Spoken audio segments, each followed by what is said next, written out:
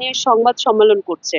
তো এইটা আসলে সমাজের মধ্যে মানে কত বড় একটা হচ্ছে একটা প্রবলেম আসলে ক্রিয়েট হচ্ছে। এই জিনিসটা ওরা যদি শিক্ষিত মানুষ হতো, তাহলে এগুলো নিয়ে আবার সমাজ মানে হচ্ছে গণমাধ্যমকে ডেকে নিয়ে সোশ্যাল মিডিয়াতে এটা পাবলিশ করা, এই বিষয়টা আসলে কোনো শিক্ষিত মানুষের ক্ষেত্রে সম্ভব না এই ধরনের কাজগুলো করা। মানে এটা আমার অপিনিয়ন। ভালো কাজ করেছে। কি জন্য ভালো কাজ করেছে? কারণ একটা মানুষ যখন দেখছে যে বারবারই প্রবলেম, তাই না? বারবারই এইসব কিছু হচ্ছে, তাহলে সে কেন আবার তাকে হচ্ছে তাকে জায়গা দিচ্ছে, আবার কেন তার সাথে আবার কেন সম্পর্কে জড়াচ্ছে? এত কিছু জানার পরও কেন এগুলো করছে? আর আমার মতে তো এখন এদের যে বিষয়টা, এটা তো আমার রিয়েল মনে হচ্ছে না, ফেক মনে হচ্ছে। কারণ ফার্স্ট অফ অলে যা হয়েছে সেম ক্যাটাগরি, সেম আবার ওরকম সেম প্রবলেমটা হচ্ছে। আর রিয়া মনিকে বা হচ্ছে তার সাথে যে আরেকটা ছেলের সাথে সে হোটেলে ধরা পড়েছে, তো মানুষ যেহেতু তাদেরকে একটু চিনে, কারণ তারা সোশ্যাল মিডিয়াতে তারা ভাইরাল, তো তাদের চিনে, তো তারা হচ্ছে জেনে বুঝে তো হোটেলে যাবে না। এখন আমার কেন যেন ডাউট হচ্ছে যে এটাও মেবি হচ্ছে তারা ভাইরাল হওয়ার জন্য এটাও একটা হচ্ছে ফেক আর কি টপিক, আমার মনে হচ্ছে। তবে আপনি যদি বলেন যে হচ্ছে নরমালি যদি হচ্ছে পরকীয়ার বিষয়, সেটা তো আমি খারাপ ভাবে নিব।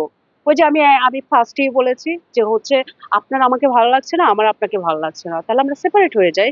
কিন্তু পরকীয়া করাটা এটা তো আসলে এটা তো ঠিক না। এই যে একের পর এক এই ঘটনা, এইটা আসলে কিভাবে আপনি দেখেন যে হিরো আলম কিছুক্ষণ কিছু হলেই মিডিয়া দেখে এনে এইভাবে তার বউয়ের বিষয়ে তুলে ধরা, এটা কি ভালো? সেটাই তো বলছি, ঘরের কথা পরকে কখনো না বলাই বেটার। এটা নিয়ে মানুষ হচ্ছে হাসাহাসি করবে। আর তো এই যে বললাম তাদের শিক্ষার অভাব আছে, যদি শিক্ষার অভাব নাই থাকতো, তাহলে হচ্ছে তারা এগুলো নিয়ে মানে হচ্ছে সমাজের মধ্যে বা গণমাধ্যমের মধ্যে তারা সোশ্যাল মিডিয়া যেটা, সেখানে তারা হচ্ছে মানে এটা প্রকাশ করতো না, এটা ছড়িয়ে দিত না। আবার সংবাদ সম্মেলন করে, আর সেই সাংবাদিক গুলোও আসে। আমি অবাক হয়ে রীতিমতো, এই সাংবাদিক গুলোই হচ্ছে তাদের সাথে মানে থাকার জন্য পাগল হয়ে যায়। তাদের এই চ্যাপ্টারের জন্যই কি মানে সংবাদ কর্মীরা কি ঘুরে ফিরে, তাদেরকে আর কোনো কাজ নাই? আরে দেশে কত কিছু হয়ে যাচ্ছে, জামার শিবির দেশটা খেয়ে ফেলতেছে, এগুলো নিয়ে কারো মাথা ব্যথা নাই, কিন্তু হচ্ছে ওই সামান্য এই জিনিসগুলো নিয়ে কেন দরকার কি?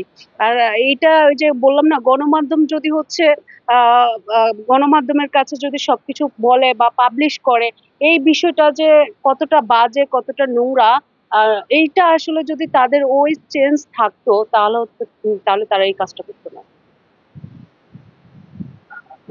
এদের কি করা উচিত? আপনার কাছে কি মনে হচ্ছে? কি করা উচিত? কি করলে এরা ভালো হচ্ছে? এটা আপনারা যারা সাংবাদিক আছেন, গণমাধ্যম কর্মীরা আছেন, তারাই ডিসিশন নেবেন।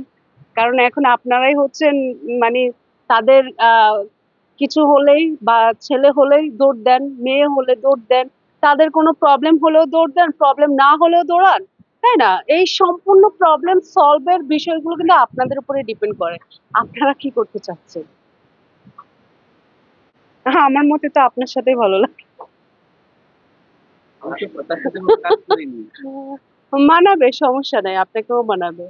যারা হচ্ছে বিভিন্ন ছেলের সাথে সঙ্গ নিতে পারে, তাদের সাথে সবার সাথেই মানায়, সমস্যা নাই, ওটা কোনো বিষয় না। তার মানে কি ওই মেয়েটা কি বেশি সঙ্গ নেয় নাকি? না, আপনাদের কথাই তো মনে হচ্ছে সে যেহেতু পরে কি করছে, সে অনেক হয়তো মানে সব দিকে পারফেক্ট, বা হিরো আলম পারফেক্ট না, এই জন্য সে দৌড়াচ্ছে একের পর এক, মানে পুরুষের কাছে, পুরুষের হচ্ছে ইয়ে নিচ্ছে, সঙ্গ নিচ্ছে। সঙ্গ নিচ্ছে। আপনি কি মনে করেন জোয়ারাম খানিকটা শারীরিকভাবে অক্ষম? এজন্যই কি এরিয়া বড়ি ইউটিউব? অ্যাকচুয়ালি কি আমি যতটুকু জানি, একটা মানে আমি তো একটা মেয়ে মানুষ, আর দেখতেও এখন হয়তো ছেলের মতো লাগতে পারে যেহেতু চুল নাই, বাই দ্য ওয়ে। তো আমরাও তো হচ্ছে করি, প্রেম ভালোবাসা যেটা বলি সেটাও করি বা কিছু। তো আমরা মনে করি যে আমি যাকে ভালোবাসি, তো তার প্রতি আমার ফিলটা কাজ করবে। এখন সে ফিজিক্যালের দিকে অক্ষম হোক বা কিছু, কেন তখন আমার যদি এতই মনে হয় যে আমার ফিজিক্যালটা ইম্পর্টেন্ট, তখন তো চেক করা দরকার ছিল। তো তার যে সেটা কেন মানে চেক আপে কেন যায়নি, সেটা তো চেকিং দিলে সে বুঝতে পারতো যে আসলে কি সে অক্ষম না সক্ষম। সেটা তারা তো বিয়ের আগেও হচ্ছে রিলেশনশিপে ছিল, এটা তো স্বাভাবিক। বিয়ের আগেও তারা বেড়ে গেছে, এটা নর্মালি, এটা না জানার কিছুই না, গেছে ওরা।